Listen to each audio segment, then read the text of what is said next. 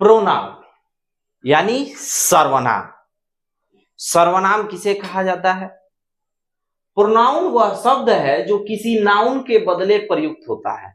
Pronoun वे शब्द होते हैं जिनको किसी नाउन के बदले प्रयुक्त किया जाता है। अगर नाउन का स्थान कोई भी शब्द ले लेता है तो जो शब्द उस नाउन के स्थान पर प्रयोग किया जाता है उन्हीं शब्दों को हम क्या कहते हैं? प्रोनाउन कहते हैं। A pronoun is a word used instead of a noun. Pronoun वह शब्द होता है जो एक नाउन के बजाय प्रयुक्त किया जाता है, या हम अनदर डिफिनेशन दे सकते हैं, a pronoun stand for a noun, कि एक प्रोनाउन जो होता है नाउन के लिए स्टैंड लेता है। प्रोनाउन की परिभाषा से यह स्पष्ट है कि यह नाउन का सब्स्टिट्यूट है। जब हम किसी कारणवश नाउन का प्रयोग नहीं करना चाहते तब उस नाउन के बदले उपयुक्त प्रोनाउन का प्रयोग करते हैं।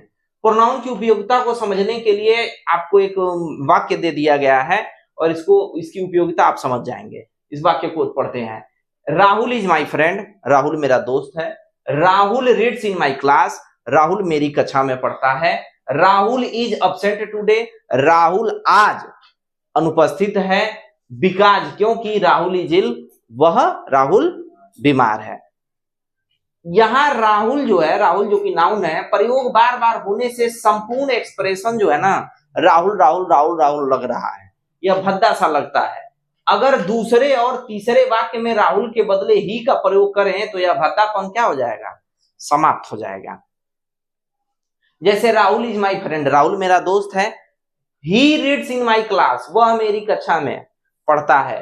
ही इज अब्सेंट टुडे, वह आज अनुपस्थित है। बिकॉज ही इज इल, क्योंकि वह आज क्या है?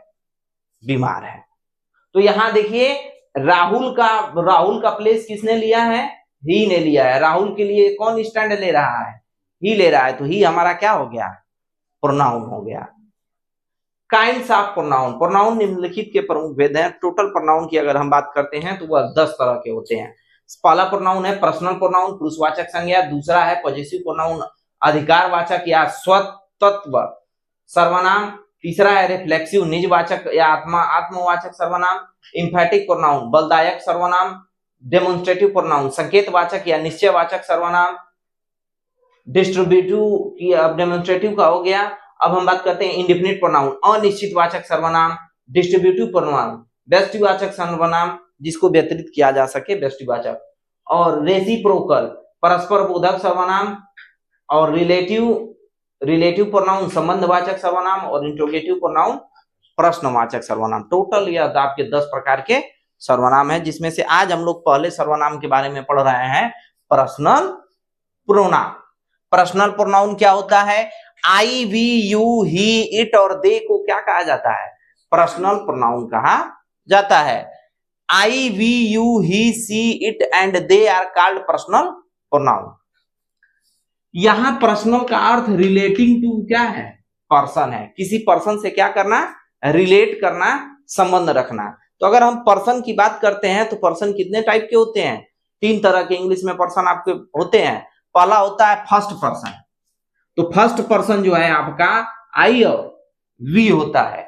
आई और वी जो है आपके फर्स्ट पर्सन कहे जाते हैं। आई और वी आपके फर्स्ट पर्सन है। इसको मैं ब्लैक से हाईलाइटेड कर दे रहा हूं। आई और वी आपके फर्स्ट पर्सन है। वहीं जो है आपका यू क्या होता है? सेकंड पर्सन होता है। और ही, सी, इट आपके कौन से पर्सन कहे जाते हैं? Third person. तो आपसे अगर कोई पूछता है कि आप इंग्लिश में कितने टाइप के पर्सन होते हैं, तो 3 तरह के पर्सन होते हैं, फर्स्ट पर्सन, सेकंड पर्सन और थर्ड पर्सन। इसलिए इन 7 प्रोनाउंस को पर्सनल प्रोनाउन कहा जाता है। 7 हैं, ध्यान दीजिए। 2 यहां, एक 3 और यहां 3, 4 और एक यहां भी है 4, एक 5। तो 5 और 2 हो गए मिलकर के 7। पर्सनल प्रोनाउन के रूप को केस वाइज बदलते हैं, जिसे इस सावरणी से समझिए। केस वाइज बदल रहे हैं। पहला नॉमिनेटिव केस में बदलते हैं, दूसरा पॉजेसिव केस में और तीसरा ऑब्जेक्टिव केस में। अब चलिए किसी नॉमिनेटिव केस का मतलब खुद के नॉमिनेट करने के लिए I, we, you, he, she, it, they, ये सातों के सातों हमारे नॉमिनेटिव यानी खुद के रिप्रेजेंटेशन के लिए हो गया, नॉमिनेट करने के लिए। अब पॉजेसिव केस में या पॉजेसिव एडजेक्टिव के टर्म में और पॉजेसिव प्रोनाउन के टर्म में अगर एडजेक्टिव की जगह लगाया जाएगा, एडजेक्टिव के केस में किसी की विशेषता और अपने टर्म के लिए लगाया जाएगा, तो आई के साथ अपने की अंग्रेजी क्या होती है? माई। वी के साथ आवर, यू के साथ अपने की अंग्रेजी योर लगाते हैं, ही के साथ, सी के साथ, इट के साथ और दे के साथ देयर का प्रयोग करते हैं। लेकिन वहीं अगर पॉजेसिव केस में हो गया, पॉजेसिव केस का मतलब यह हो गया कि संबंध का ही हमारा, कि यह मेरा पेन है, दिस इज माई पेन, तो यह हो गया आपका पॉजेसिव एडजेक्टिव, यह मेरा पेन है, दिस इज माई पेन। और अगर उसके जगह कि यह मेरा ही पेन है या माइन खुद के पोजेशन के लिए लगाया जाएगा कि यू आर माइन, तुम मेरे हो, तो वहां अगर पॉजेसिव केस में आ जाएगा तो वो वहां पॉजेसिव प्रोनाउन किया जाता है माइन का। तो यहां आई के साथ पॉजेसिव प्रोनाउन क्या लग जाएगा? माइन। आप इसके तो यूज देखे होंगे, इसके यूज बहुत कम किए जाते हैं पॉजेसिव प्रोनाउन के, लेकिन इसका भी यूज होता है। जैसे बात की करते हैं कि इस मार्कर की बात करेंगे, इट इज माइन, यह मेरा है, यानी पर्सनल मुझसे पोजेशन रख रहा है ये, तो उस समय पॉजेसिव प्रोनाउन की तरह यूज किया जाता है आपका। तो आई के साथ माइन हो जाता है, वी के साथ आवर्स का पॉजेसिव प्रोनाउन यूज करेंगे, यू के लिए योर्स का, ही के साथ हिज का, सी के साथ हर का, हर्ष का, HERS, और इट के साथ कुछ नहीं, और दे के साथ देयर का प्रयोग करेंगे। और ऑब्जेक्टिव केस में आई के लिए हम यूज करते हैं मी का, वी के साथ यूज करते हैं अस का, यू के साथ यूज करते हैं यू का, ही के साथ हिम का, सी के साथ हर का, इट के साथ इट का और दे के साथ देम का। ये जब आप वॉइस पढ़ते हैं और नरेशन पढ़ते हैं तो इनमें आपको ऑब्जेक्टिव केस के लिए हेल्प लेनी पड़ती है। इससे पहले पढ़ा था टर्म में हम लोगों ने पर्सनल प्रोनाउन के बारे में पढ़ा था, और पर्सनल प्रोनाउन में हम लोगों ने एक चार्ट बनाया था। उस चार्ट में हम लोगों ने ये देखा था कि आपका जो पॉजेसिव एडजेक्टिव होते हैं और पॉजेसिव प्रोनाउंस होते हैं उनके बारे में डिस्कस किया गया था, और पर्सन के बारे में था। तो अब उसी के टर्म से रिलेटेड नोट है, पर्सनल प्रोनाउन के सभी फॉर्म्स आपने चार्ट में देखा है, इनमें से my, our, your, his, her, its और देयर को क्या कहा जाता है? पॉजेसिव एडजेक्टिव कहा जाता है, क्योंकि ये किसी न किसी नाउन के ठीक पहले आते हैं, किसी न किसी नाउन के ठीक पहले इनका यूज होता है, इसीलिए ये पॉजेसिव एडजेक्टिव है और एडजेक्टिव की तरह कार्य भी करते हैं। जैसे सेंटेंस को ध्यान से देखिए, दिस इज माई बुक, तो यहां माई आया है ना बुक से पहले, और बुक हमारा क्या है? The name of subject, any object, person, place are things, तो ये थिंग्स है, इससे पहले ये नाउन है, नाउन से पहले ये प्रोनाउन आए, प्रोनाउन की तरह एडजेक्टिव किया गया है, तो ये पॉजेसिव एडजेक्टिव की तरह यूज किया गया है। ऐसे ही those are your books, book से पहले योर है, दैट इज हर बुक, तो बुक से पहले हर है। यहां दैट बुक इज योर्स, तो यहां ध्यान दीजिए, दैट बुक इज योर्स, या her sister is a doctor, its legs are broken, तो ये जो टर्म्स दिए गए हैं यहां पर ये हमेशा किसी न किसी नाउन के पहले यूज किए गए हैं। इन पॉजेसिव एडजेक्टिव में हिज और हर दो शब्द ऐसे हैं जिनका प्रयोग प्रोनाउन की भांति भी किया जा सकता है। हिज और हर ऐसे हैं जिनका, जैसे यहाँ हर सिस्टर देखिए, हर सिस्टर उसकी बहन, तो एज ए प्रोनाउन की तरह यहाँ यूज किया जा सकता है। परंतु इस स्थिति में इनके ठीक बाद कोई भी नाउन प्रयुक्त नहीं रहता। अगर ऐसा कहीं यूज किया गया है तो उनके बाद हम नाउन नहीं लगाते हैं, जहां ये ठीक प्रोनाउन की जगह जैसे यूज होते हैं। जैसे this book is his, this book is his, यहां हिज प्रोनाउन की तरह यूज किया गया है, लेकिन इसके बाद कोई नाउन नहीं हो सकता है। इसका मतलब उसका, यह किताब उसका है, यह किताब उसका है। आई नो हर, तो हर के बाद कोई नाउन का यूज नहीं होता। इसमें हिज और हर ही दो ऐसे शब्द हैं जिनका प्रयोग प्रोनाउन की भांति भी हो सकता है, परंतु इसी स्थिति के ठीक बाद कोई नाउन नहीं आता है। तो यहां आई नो हर, मैं उसको जानते ही हूं, हर यहां प्रोनाउन की तरह यूज है। नोट सेकेंड, प्रोनाउन का प्रयोग नाउन के बदले होता है, इसलिए प्रोनाउन के ठीक बाद कोई भी नाउन नहीं रहता है तब वह प्रोनाउन एडजेक्टिव में परिवर्तित हो जाता है। अगर हम ऐसे टर्म के लिए यूज करें जहां पर ठीक प्रोनाउन के बाद कोई नाउन न आए तो वह प्रोनाउन एडजेक्टिव में परिवर्तित हो जाता है, क्योंकि इस स्थिति में वह अपने बाद आने वाले किसी भी नाउन को क्वालिफाई करता है, इसलिए वह एडजेक्टिव की तरह यूज किया जाता है, क्योंकि वो नाउन को क्वालिफाई करना चालू कर देता है। जैसे यहाँ टर्म में देखिए योर बुक्स, आपका बुक या तुम्हारा किताब, तो यहाँ किताब को वो क्वालिफाई करना चालू कर दिया है, इसलिए यह प्रोनाउन एडजेक्टिव की तरह यूज हुआ है। अब हम बात करेंगे पॉजेसिव प्रोनाउन की, यानी अधिकारवाचक सर्वनाम की। ऐसे सर्वनाम जो आपके अधिकार को स्पष्ट करते हो। तो इसके लिए सेंटेंस से आपको समझ में आएगा, जिस प्रोनाउन का प्रयोग अधिकार दिखाने के लिए किया जाता है उसे पॉजेसिव प्रोनाउन कहते हैं। That pronoun used to show the possession is called possessive pronoun. Possession दिखाने के लिए जिस भी प्रोनाउन का यूज करते हैं हम उसे पॉजेसिव प्रोनाउन कहते हैं। जैसे mine, ours, yours, hers, his, theirs, ये सारे के सारे हमारे पॉजेसिव प्रोनाउन है और इनका प्रयोग वस्तुओं पर अधिकार दिखाने के लिए किया जाता है, जैसा कि उदाहरणों से स्पष्ट है। दिस बुक इज माइन, यह मेरी किताब है। दिस बुक इज माइन यानी यह अधिकार दिखाया जा रहा है कि यह मेरी ही किताब है। दिस मार्कर इज माइन, यह मार्कर मेरा है, यानी अधिकार से हम बोल रहे हैं यह बात। दीज आर आवर्स, यह जो है हमारे हैं, ये सब हमारे हैं। दीज साड़ीज इज हर्स, यह साड़ी उसकी है, यह साड़ी उसकी है, यानी उसके अलावा किसी और पर अधिकार, यानी अधिकार की तरह यहां पर यूज किया जा रहा है। दैट बुक इज योर्स, वे किताबें तुम्हारी हैं, या वह किताब तुम्हारी है।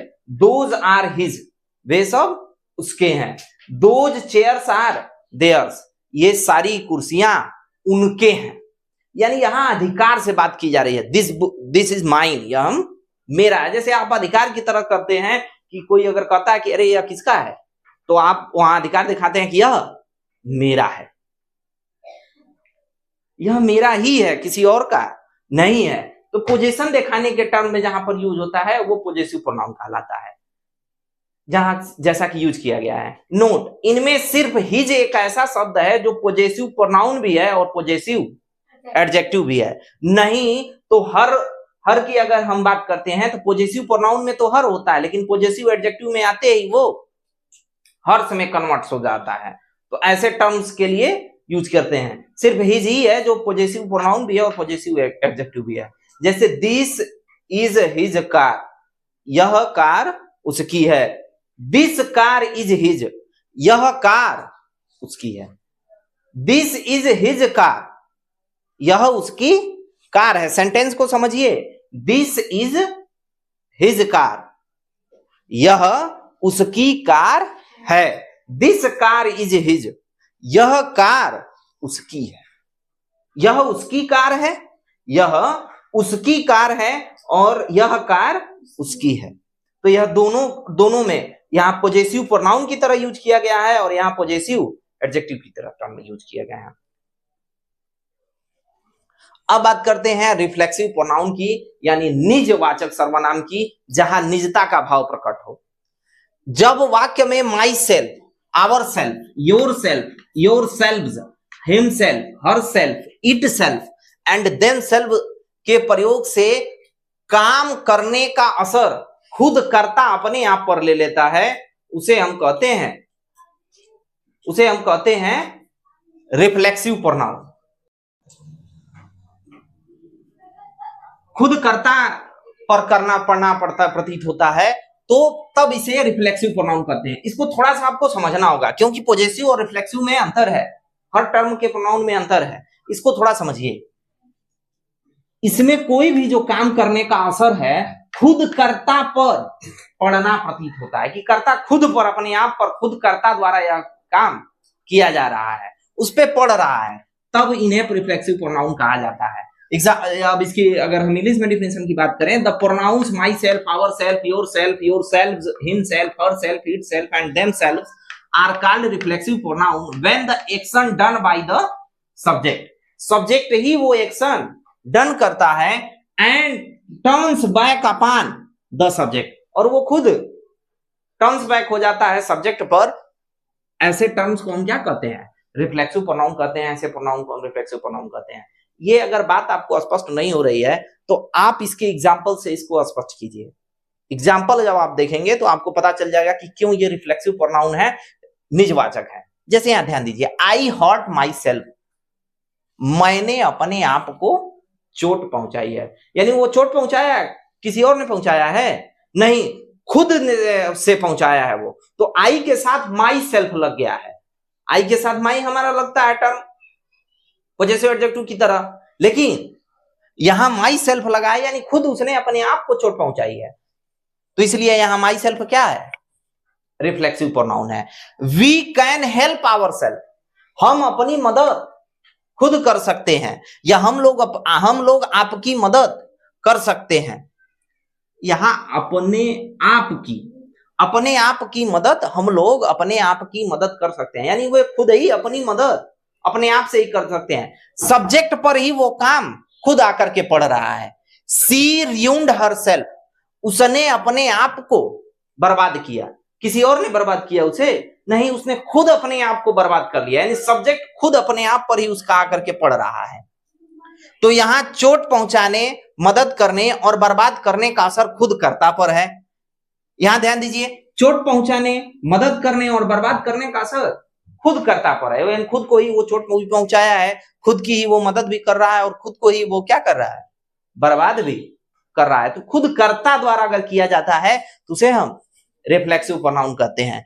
यहां ध्यान दीजिए, कर्ता ने खुद को चोट पहुंचाई है, कर्ता ने खुद की मदद कर सकता है, कर्ता ने खुद को बर्बाद किया है। तो जब ऐसे टर्म आए, सिंपल सी पहचान की बात है, आपके सेल्फ लगे होंगे, जब भी ऐसे टर्म लगे होंगे तो वो सारे के सारे देखिए, myself, ourself, yourself, ourself, himself, self, itself, themself. तो ये जहां भी सेल्फ लगे हैं, इससे ये क्या पहचान में आ जाएंगे, रिफ्लेक्सिव प्रोनाउन। तो आपको पॉजेसिव प्रोनाउन अभी जब आपके होमवर्क दिए जाएंगे तो उसमें आपको पॉजेसिव प्रोनाउन को, पर्सनल प्रोनाउन को, रिफ्लेक्सिव प्रोनाउन को क्या करना होगा, अलग अलग क्लासिफाइड करना होगा। तो इसकी पहचान सीखिए। अतः माई सेल्फ, आवर सेल्फ और हर सेल्फ वाक्य में क्या है, रिफ्लेक्सिव प्रोनाउन है।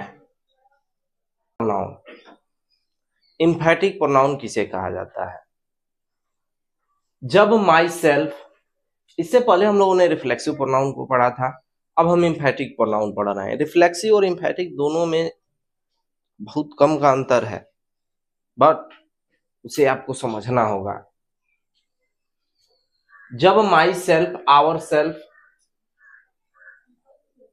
सेल्फ है ये ES, yourself, yourself, herself, himself, itself, themself का प्रयोग वाक्य में किसी नाउन या प्रोनाउन पर क्या देने के लिए किया जाए, जोर देने के लिए किया जाए। अगर जोर देने के लिए होता है तब वहां एम्फैटिक प्रोनाउन होता है, और जब नॉर्मल तौर पर कर्ता ने खुद वो काम किया हो तो वो क्या हो, रिफ्लेक्सिव प्रोनाउन हो जाता है। इतने का ही डिफरेंस है। Myself, ourself, yourself, herself, himself, itself, themself and itself are called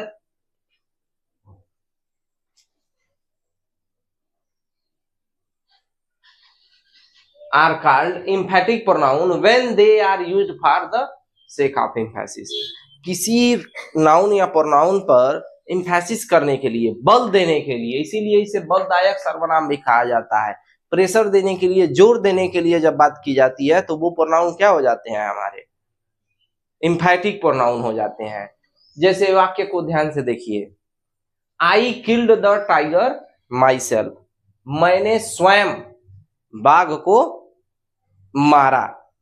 we killed the tiger ourself, यहां देखिए माई सेल्फ लगा है और यहां आवर, वी के साथ आवर सेल्फ लग गया है, VES। क्यों, हम लोगों ने स्वयं को मारा। सिंगुलर के लिए सेल्फ लगता है, प्लूरल के लिए VES सेल्फ लग जाता है।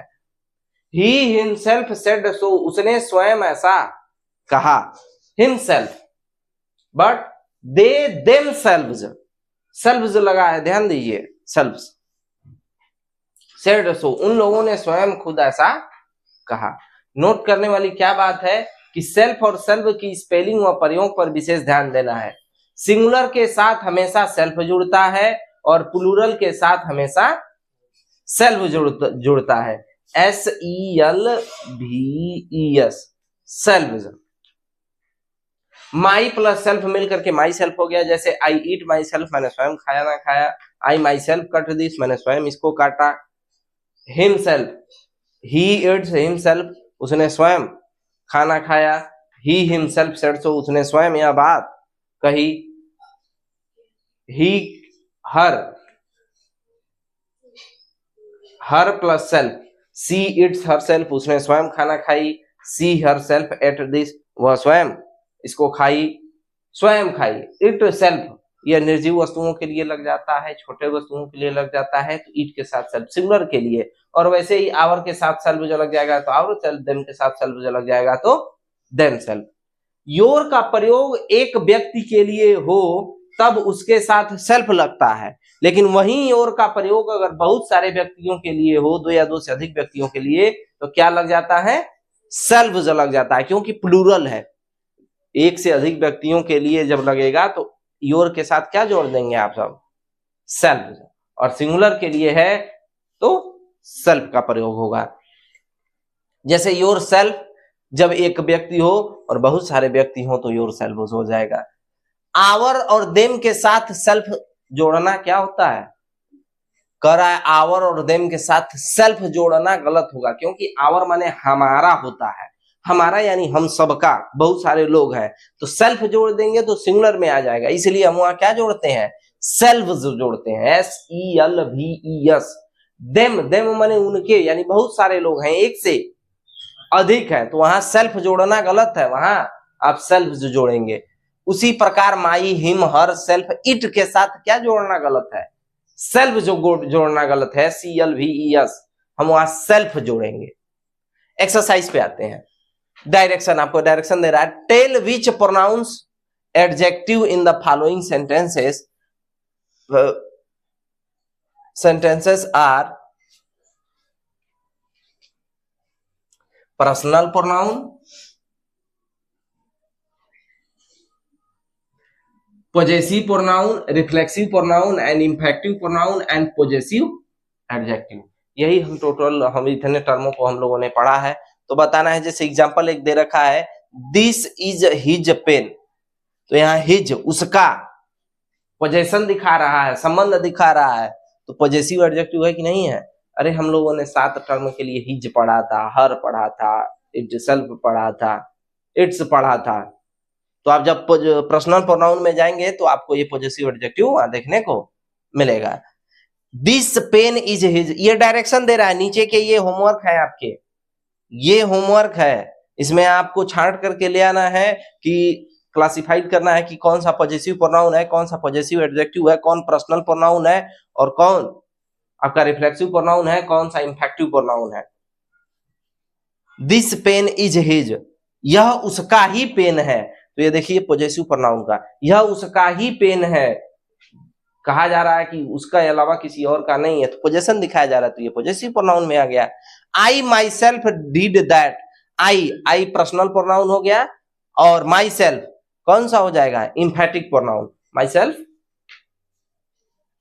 आई माई सेल्फ डिड दैट, उसने स्वयं यह वह किया, उसने स्वयं वह किया। सी वॉश्ड हर सेल्फ, उसने कपड़ा स्वयं धोया, तो सी पर्सनल हो गया और हर सेल्फ रिफ्लेक्सिव हो गया। क्यों यहाँ हर सेल्फ इंफेटिक में नहीं आया है, क्यों रिफ्लेक्सिव में यह गया है? क्योंकि जोर नहीं दिया जा रहा है, उसने कपड़ा धोया।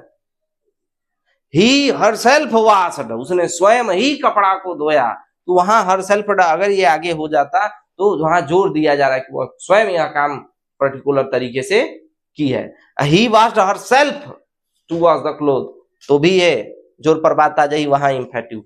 तो रिफ्लेक्सिव और इंफेक्टिव में आपको बार बार प्रैक्टिस करके इनमें अंतर डिफरेंस समझना होगा।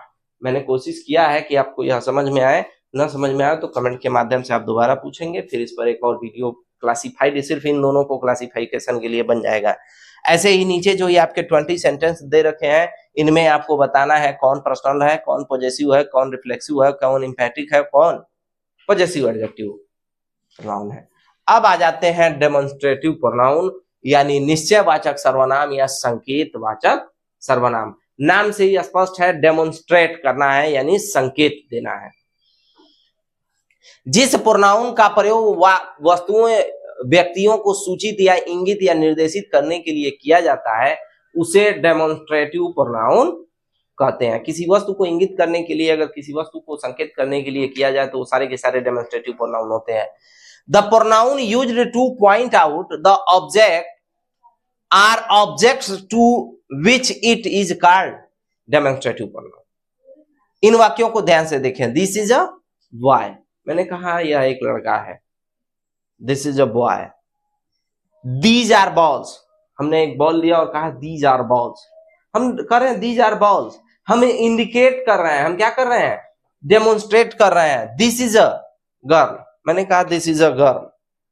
Those are dolls, those are dolls, हमने डॉल्स की बात की तो दोज आर डॉल्स, डॉल्स जहां रखी हुई हैं तो हम क्या कर रहे हैं, डेमोन्स्ट्रेट कर रहे हैं। यानी दिस, दैट, दीज, दोज, और कोई आपके टर्म में आ रहे हैं दे नहीं होगा, क्योंकि दे अगर आपके बात करेंगे तो दे पर्सनल प्रोनाउन में चला जाता है। तो जो इंडिकेट करने में आपकी हेल्प करते हैं वो सारे के सारे डेमोन्स्ट्रेटिव हैं। Note, this, that, these, those इत्यादि के ठीक बाद कोई नाउन प्रयुक्त रहता है तो उन्हें हम डेमोन्स्ट्रेटिव प्रोजेक्टिव कहते हैं। देखिए दिस के, दिस दैट के बाद कोई नाउन डेमोन्स्ट्रेट कर रहा है। This book is mine, that book is your, these cows are red, those cows are brown, look at the picture now, what was the noise, what was the noise. इन वाक्यों में प्रयुक्त शब्द this, that, these, those demonstrative adjective हैं। Pronoun और adjective में ध्यान से देखिए। डेमोन्स्ट्रेटिव प्रोनाउन कौन है, जो सिर्फ सिंगल टर्म को इंडिकेट कर रहा है। कैसे, जैसे मैंने कहा कि this is a black box, this is a black box, यह एक ब्लैक बॉक्स है। This black box is heavy, तो यहां दिस के साथ हमने क्या लगा दिया है, ब्लैक बॉक्स लगा दिया है। तो यहां ये डेमोन्स्ट्रेटिव प्रोनाउन नहीं, क्या हो जाएगा, डेमोन्स्ट्रेटिव एडजेक्टिव हो जाएगा। तो डेमोन्स्ट्रेटिव प्रोनाउन और डेमोन्स्ट्रेटिव एडजेक्टिव में अंतर समझिए। पुनः इन वाक्यों को ध्यान से देखिए। दिस इज माई बुक, यह मेरा किताब है। तो यहां डेमोन्स्ट्रेटिव प्रोनाउन है कौन, दिस। अगर हम बात करते हैं कि यह, मैंने कहा कि दिस इज माई कॉपी, तो यह मेरी कॉपी है, तो ये दिस जो यहां लगा हुआ है वो कौन सा प्रोनाउन है, डेमोन्स्ट्रेटिव प्रोनाउन है। लेकिन this book is mine, this book, this के साथ अगर दिस, दैट, दीज, दोज के साथ तुरंत प्रोनाउन लग गया, नाउन लग गया हो तो दिस बुक, तो उस समय ये क्या हो जाएगा, डेमोन्स्ट्रेटिव एडजेक्टिव। आपको डिफरेंस समझ में आ रहा है कि this is a book, this is a book, या दिस इज माई बुक, या दिस इज माई कॉपी, यह मेरी कॉपी है। तो ये हो गया है, यहां दिस जो है ना इंडिकेट कर रहा है कि दिस इज माई कॉपी, यह मेरी कॉपी है। तो यहां जो दिस है वो डेमोन्स्ट्रेटिव प्रोनाउन है। लेकिन दिस कॉपी इज माइन, यह कॉपी मेरी है, तो दिस के साथ तुरंत नाउन लगा है, ऐसे में वो कौन सा एडजेक्टिव हो जाएगा, डेमोन्स्ट्रेटिव एडजेक्टिव हो जाएगा। प्रोनाउन, इससे पहले हम लोगों ने बात किया था डेफिनेट प्रोनाउन के बारे में, इट मींस डेमोन्स्ट्रेटिव प्रोनाउन के बारे में। लेकिन अब हम लोग बात करेंगे इंडेफिनिट प्रोनाउन की। जिस प्रोनाउन से किसी निश्चित व्यक्ति या वस्तु का बोध नहीं होता है वह इंडेफिनिट प्रोनाउन होता है। An indefinite pronoun refers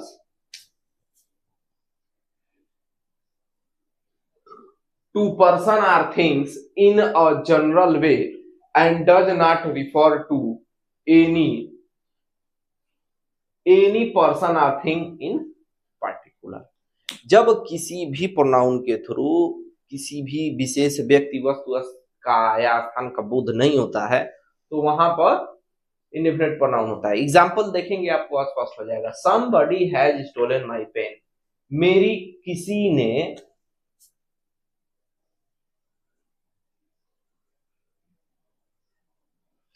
मेरी कलम चुरा ली है। somebody, किसने या किसी ने मेरी कलम चुरा ली है। तो क्या आपको पता है कि किसने कलम चुराई है? क्या ये बात डेफिनिट है?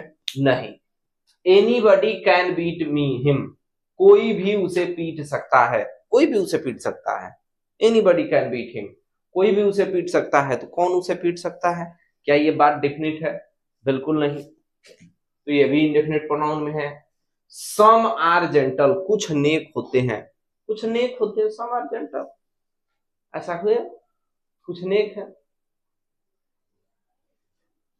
ऑल आर फुलिश, सभी मूर्ख हैं, सभी मूर्ख हैं। कौन कौन मूर्ख हैं यह हमें पता नहीं है, डेफिनिट नहीं है। नन कैन डू दिस, इसे कोई नहीं कर सकता। इसे कौन नहीं कर सकता? तो कोई नहीं, हमें पता ही नहीं है, डेफिनिट ही नहीं है। Many of them where killed, उनमें से अनेक मारे गए। उनमें से कितने मारे गए यह डेफिनिट ही नहीं है। One must not praise one self, किसी को भी अपनी प्रशंसा खुद नहीं करनी चाहिए। तो किसको नहीं करनी चाहिए? तो किसी को नहीं। कौन है? डेफिनेट नहीं है। नथिंग इज परफेक्ट, कुछ भी पूरा नहीं होता। तो क्या पूरा नहीं होता? तो कुछ भी नहीं। वो डेफिनेट ही नहीं है कि वो क्या है जो पूरा नहीं होता। Any of you can take it, तुम में से कोई इसे ले सकता है। तो तुम में से कोई इसे ले सकता है, कौन है वो? ये भी बात डेफिनेट नहीं है, अतः यह इंडेफिनेट प्रोनाउन है। नोट करने वाली बात यह है कि सम, ऑल, मेनी, वन, एनी इत्यादि के ठीक बाद यदि कोई नाउन प्रयुक्त रहता है तब ये एडजेक्टिव कहलाते हैं, तब ये इंडेफिनेट एडजेक्टिव कहलाते हैं। जैसे इन वाक्यों में सम, ऑल, मेनी, वन और एनी एडजेक्टिव्स हैं। जैसे सम के साथ देखिए बॉयज आ गया है, सम के साथ अगर बॉयज आ गया है तो ये हो गया आपका एडजेक्टिव। यहां पर सम एडजेक्टिव है, लेकिन वहीं पर सम यहाँ क्या है? प्रोनाउन है। तो सम बॉयज आर रेडी, कुछ लड़के तैयार हैं। All things have their own values, तो यहाँ ऑल के साथ देखिए थिंग्स लग गया है। जब भी ऐसे टर्म के साथ आपका नाउन लग जाता है तो वो प्रोनाउंस एडजेक्टिव में चले जाते हैं। ऐसे ही ये एग्जांपल्स नीचे कुछ दिए गए हैं जिनमें ये क्या है?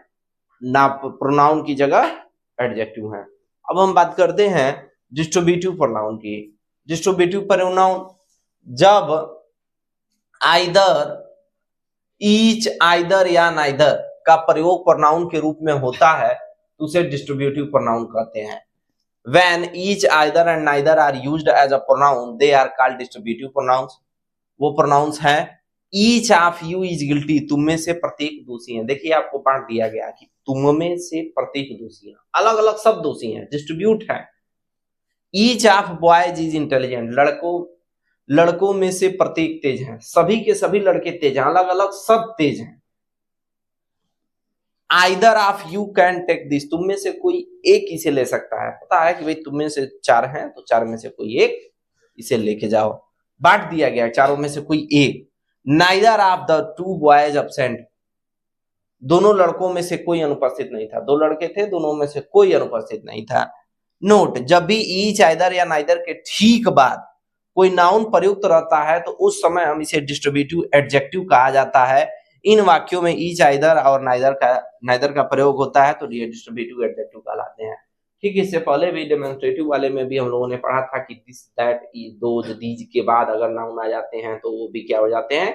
एडजेक्टिव हो जाते हैं। ऐसे ही इंडेफिनिट में भी हमने पढ़ा है कि सम, ऑल, मेनी, ये एनी के ठीक बाद अगर कोई नाउन आ जाता है तो इसे हम एडजेक्टिव पढ़ते हैं।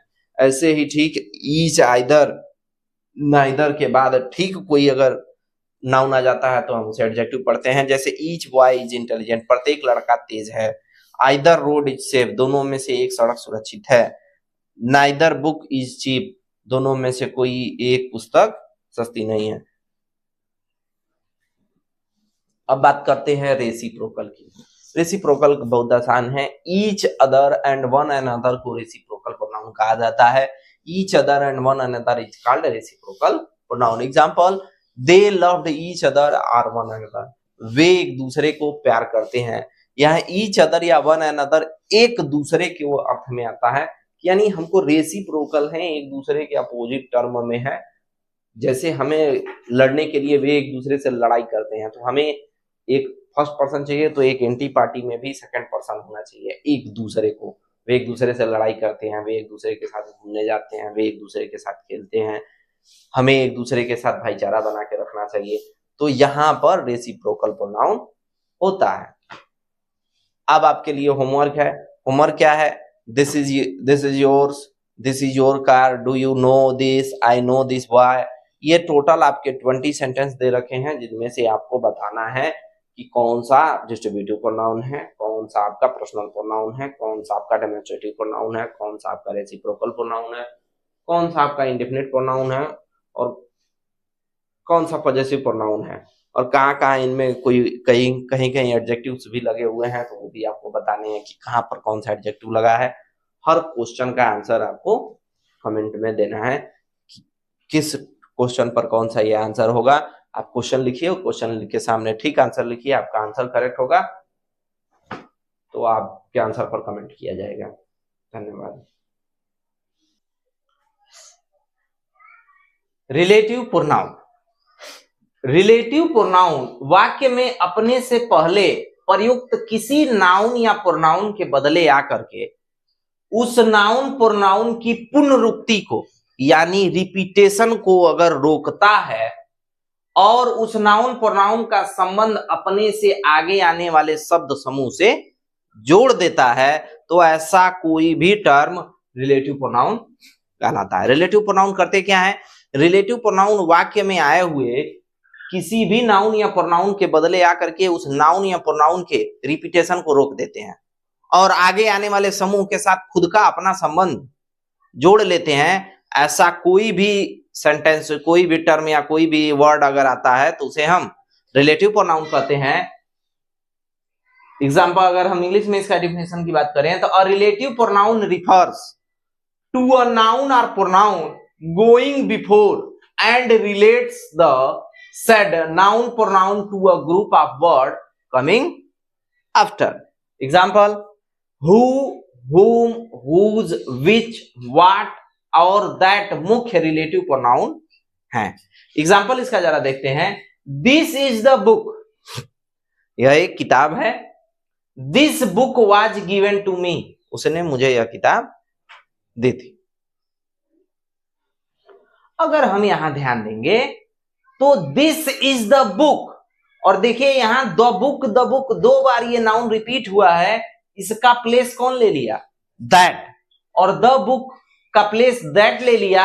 वाज गिवन टू मी, तो यह दैट क्या है? रिलेटिव प्रोनाउन है, क्योंकि जो बुक रिपीट हो रही है, प्रोनाउन रिपीट हो रहा है, उसके प्लेस दैट ले लिया है। दैट एक रिलेटिव प्रोनाउन है जो अपने से पहले आने वाले नाउन यानी बुक के रिपीटेशन को क्या कर दे रहा है? रोक रहा है। अपने से पहले आने वाला नाउन बुक के रिपीटेशन को रोक दे रहा है और अभिष्ट नाउन का संबंध आगे आने वाले सेंटेंस से जोड़ दे रहा है, तो इसे हम रिलेटिव प्रोनाउन कहेंगे। एंटेसिडेंट, एंटेसिडेंट जो है, एंटेसिडेंट क्या है? एंटेसिडेंट वह नाउन या प्रोनाउन है जो रिलेटिव प्रोनाउन के पहले प्रयुक्त रहते हैं, उन्हें हम एंटेसिडेंट कहते हैं। रिलेटिव प्रोनाउन के पहले जो भी आएगा नाउन या प्रोनाउन, उसे एंटेसिडेंट कहेंगे। जैसे दैट के पहले क्या आया है? बुक। यहां विच के पहले क्या आया है? चेयर। हुम के पहले क्या आया है? बॉय। हुज के पहले क्या आया है? हाउस। एनीथिंग के पहले कोई टर्म ही नहीं दिया है। दैट के पहले एनीथिंग आया है। ये सारे के सारे क्या हैं? एंटेसिडेंट है। एंटेसिडेंट रिलेटिव प्रोनाउन के पहले आने वाले नाउन या प्रोनाउन कहलाते हैं। जैसे यहां बुक रिलेटिव प्रोनाउन दैट के पहले आया है, तो यह बुक क्या है? एंटेसिडेंट है। अब एग्जांपल देख लीजिए किसका? रिलेटिव प्रोनाउन का। The boy who is playing is my friend, जो लड़का खेल रहा है वह मेरा दोस्त है। तो जो लड़का खेल रहा है वह मेरा दोस्त है। ये दो अलग अलग सेंटेंसों को एक साथ कौन कंबाइन कर दिया है? हु। तो हु क्या है? रिलेटिव है, दोनों को एक दूसरे से रिलेट कर दिया है। The chairs which are broken are of no use, जो कुर्सियां टूटी हैं वे उपयोग की नहीं है। जो कुर्सियां टूट चुकी हैं वो उपयोग की नहीं है। दिस इज द बॉय, यह वह लड़का है। whom all praise, जिसकी सभी लोग क्या करते हैं? प्रशंसा करते हैं। वह लड़का है जिसकी सभी लोग प्रशंसा करते हैं। The house whose walls are white is mine, कह रहा है वह घर जो जिस घर की दीवारें सफेद हैं वह मेरा है। अलग अलग सेंटेंसों को कौन जोड़ दिया है? हुज, तो हुज रिलेटिव प्रोनाउन है। Take anything that you like, कोई भी चीज वही लो जो तुम्हें क्या है, पसंद हो, तो यहां दैट रिलेटिव प्रोनाउन की तरह यूज हुआ है। नोट, विच शब्द का प्रयोग व्यक्तियों या वस्तुओं की सही संख्या के बारे में किसी से पूछने या चुनने के लिए प्रयोग किया जाता है। जैसे विच, यहां देखिए विच शब्द का प्रयोग किया गया है।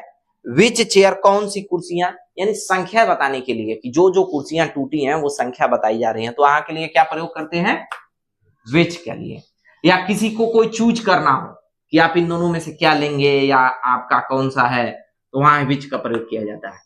हु, विच, हुम, हुज, व्हाट का प्रयोग प्रश्न किए जाने में भी होता है। और जब ये प्रश्न, इस स्थिति में जब ये प्रश्न किए जाते हैं तो उस स्थिति में प्रोनाउन के रूप में प्रयुक्त रहते हैं, तो उस समय हम इन्हें क्या कहते हैं? इंट्रोगेटिव प्रोनाउन कहते हैं। कब? जब ये प्रश्न की तरह यूज किए जाते हैं, प्रश्न पूछा जाता है और उसमें प्रोनाउन की जगह ये रहते हैं। जैसे हु आर यू, तुम कौन हो, तो यहाँ जो देखिए हु है प्रोनाउन की जगह लिया हुआ है, तो इसलिए तुम कौन हो, यहाँ हु क्या है? इंट्रोगेटिव प्रोनाउन की तरह है। whom do you love, तुम्हें किससे प्यार है, तुम किससे प्यार करते हो, तो whom do you love, तो whom, whose, ये सारे के सारे प्रश्न पूछे जा रहे हैं कि नहीं? यह किसकी पुस्तक है? which is your, तुम्हारा कौन सा है या कौन सी है? what is this, यह क्या है? what is your father, तुम्हारे पिताजी क्या है? what is your father, तो तुम्हारे पिताजी क्या है? यह प्रश्न पूछा जा रहा है, तो ये कौन से प्रोनाउन होंगे? इंट्रोगेटिव प्रोनाउन होंगे। क्या यहाँ विच, हु या हुम के यूज से पता चल रहा है क्या कि प्रश्न पूछा जा रहा है? नहीं, यहाँ पता नहीं चल रहा है, तो ये रिलेटिव प्रोनाउन में है। लेकिन यहाँ साफ साफ पता चल रहा है कि यहाँ प्रश्न पूछा जा रहा है, तो ये इसलिए क्या है? इंट्रोगेटिव प्रोनाउन है। इन 5 शब्दों में हुज, विच, व्हाट ऐसे शब्द हैं जिनके बाद किसी नाउन का अगर प्रयोग हो सकता है, इसके बाद इनके ठीक बाद अगर किसी नाउन का प्रयोग हो सकता है, तो उस स्थिति में ये एडजेक्टिव की भांति क्या करते हैं? कार्य करते हैं। जैसा कि हम लोगों ने पहले से ही पढ़ते आ रहे हैं कि जस्ट प्रोनाउन के बाद अगर कोई नाउन का यूज आ जाए तो वो एडजेक्टिव की तरह कार्य करेंगे। अर्थात जब इन शब्दों में नाउन के साथ जोड़कर प्रश्न किए जाते हैं तब ये इंट्रोगेटिव एडजेक्टिव कहलाते हैं। जैसा कि इन वाक्यों में हुज, विच और व्हाट इंट्रोगेटिव क्या है? एडजेक्टिव है। यहाँ हुज इंट्रोगेटिव एडजेक्टिव है। देखिए हुज के साथ क्या आ गया है? बुक। जरा इस सेंटेंस को देखिए, हु इज दिस बुक, यह किसकी पुस्तक है? हुज बुक इज दिस, किसकी पुस्तक है यह? दोनों प्रश्न ही है, बस बुक आपका यहाँ हुज के साथ आ गया है, इसलिए हुज यहाँ पर क्या है? इंट्रोगेटिव प्रोनाउन न होकर के कौन सा प्रोनाउन है? क्या हो गया है? इंट्रोगेटिव एडजेक्टिव हो गया है। विच क्लास, किस कक्षा में? Do you read in this, किस वर्ग में तुम पढ़ते हो? तुम किस कक्षा में पढ़ते हो? अगर पूछा जाता है तुम किस कक्षा में पढ़ते हो, तो वहां पर इंट्रोगेटिव प्रोनाउन है। लेकिन किस कक्षा में तुम पढ़ते हो, तो वो हो गया इंट्रोगेटिव एडजेक्टिव। तो विच के साथ क्या आ गया है? क्लास आ गया है। विच रिलेटिव प्रोनाउन की तरह इंट्रोगेटिव प्रोनाउन की तरह है और उसके बाद नाउन का यूज हो गया है, तो यहां पर विच इंट्रोगेटिव एडजेक्टिव है। व्हाट कलर, तो व्हाट के साथ कलर आया है, कलर जो कि नाउन है, तो व्हाट यहां क्या हो जाएगा? इंट्रोगेटिव एडजेक्टिव होगा। और वही कलर यहां होगा, what do you like colour, या what colour do you like, तो कलर यहां अगर व्हाट के साथ यूज हुआ है तो एडजेक्टिव है, और यही कलर यहां यूज होता तो क्या हो जाता है? इंट्रोगेटिव प्रोनाउन हो जाता है। आखिरी प्रोनाउन के बारे में, 10वें प्रोनाउन, आखिरी प्रोनाउन के बारे में बात करते हैं, इंट्रोगेटिव प्रोनाउन। इंट्रोगेटिव प्रोनाउन का यूज प्रश्न पूछने के लिए किया जाता है, और यहाँ जितने भी प्रोनाउन आपके यूज किए गए हैं, सारे प्रश्न पूछ रहे हैं, इन्हीं को हम इंट्रोगेटिव प्रोनाउन कहते हैं। तो आपके प्रोनाउन के सारे टर्म समाप्त हो गए। आशा करता हूं कि जितने भी प्रोनाउन के टाइप और टर्म पढ़ाए हैं आपको अच्छे से समझ में आए होंगे। जो भी टॉपिक ना समझ में आए हो, कमेंट के माध्यम से आप पूछ सकते हैं। धन्यवाद।